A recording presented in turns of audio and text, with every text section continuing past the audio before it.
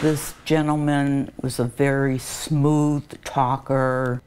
Such a smooth talker, that woman was willing to send him money. A lot of money. Our exclusive 5 on Your Side investigation shows you how online romance scammers operate and why it's easy for them to get away with it. 5 on Your Side investigator Sarah Buttison here now to share her 3-month-long investigation. And Sarah, you even communicated with one of these con artists. That's right, we did. Our interaction was brief, but it did reveal a clue. He was more of a con artist than a Casanova.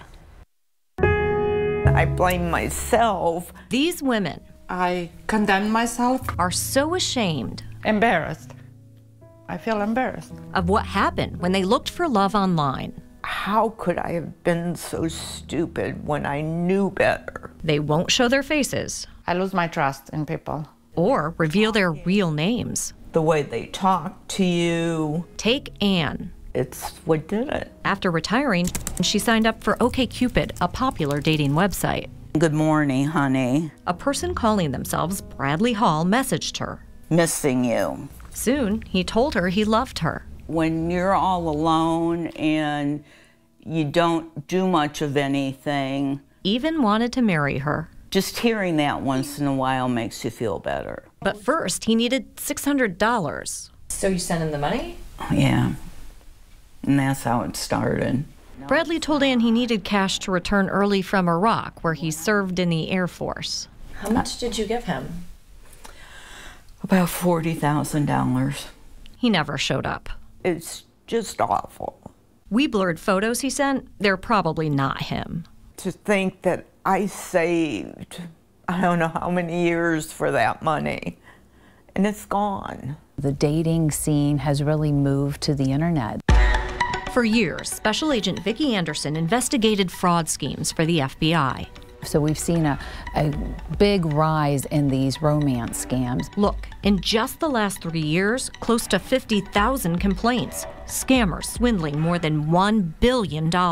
We recognize that it is the largest growing financial online fraud scheme. Even more troubling, these numbers. The tip of the iceberg. So how well do the complaints you have capture the scope?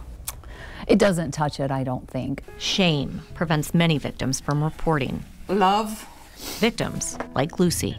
I thought it was love. Ready to date after a divorce, she met William Rizzo on Match.com. I said this one is a good one. Flattering messages followed. And it's saying, hi, gorgeous. She showed us one she saved. Your picture got me attracted. Soon, William needed money. He said his wallet was stolen. He had a little boy and couldn't afford to feed him. A few days later, was asking for more money. A different reason. After sending more than $7 grand, she stopped. She was broke. William's messages quickly turned from nice. And then I realized that was, it was a scam. To nasty. It couldn't be anything else. From what I know, it's pretty typical. Alex Hammerstone is a professional hacker, familiar with how scammers text their way into victims' hearts. People picture an older woman with a cat or something that's getting scammed, but it really is not just that. 5 on Your Side investigators reviewed romance scam complaints to the Federal Trade Commission. In this sample, most victims were under 60. If you're an older guy and you're used to not getting a lot of attention from 30-year-old models, and all of a sudden now 30-year-old models online are giving you a bunch of attention, probably a scam. So what's being done to stop scammers? We found only 3 federal cases filed last year, including one in Ohio. Kwabena Bonsu and 7 others are accused of laundering money from victims they met on sites like ChristianMingle.com, Baby Boomer People Meet, and eHarmony. Should this be a higher priority? It's a huge priority. It's something that we are looking at. The problem? The scammers can be easy to find but hard to catch. Many are highly sophisticated, organized, and operate from abroad, countries like Canada, England, Ghana, and Nigeria. We don't have arrest powers to go over and arrest somebody in Nigeria or wherever they're from. So have they found the perfect crime?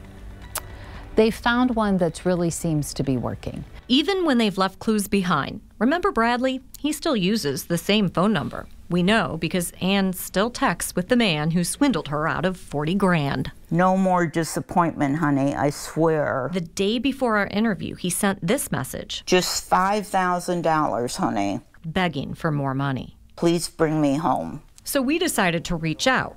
Bradley quickly responded, asking who we were, writing he loved Ann with all his heart. But when I identified myself as a reporter, his response? I can't even say it on TV. And his response is very inappropriate, but it tells you everything about him. We showed Special Agent Anderson. That's quite a signal that this obviously is a scam. I failed everything. But even with her 40 grand in his hands, Everything I worked for. and reporting him to police, Ann says she's lonely.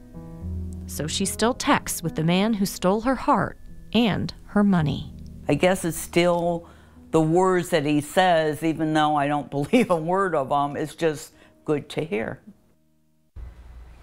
So you meet someone online. How do you know if it's a true love or a sophisticated scam? The key, never give money to anyone you've only met online. Go to the News 5 app for more information to help you protect yourself. I'm 5 on Your Side investigator Sarah Buttison.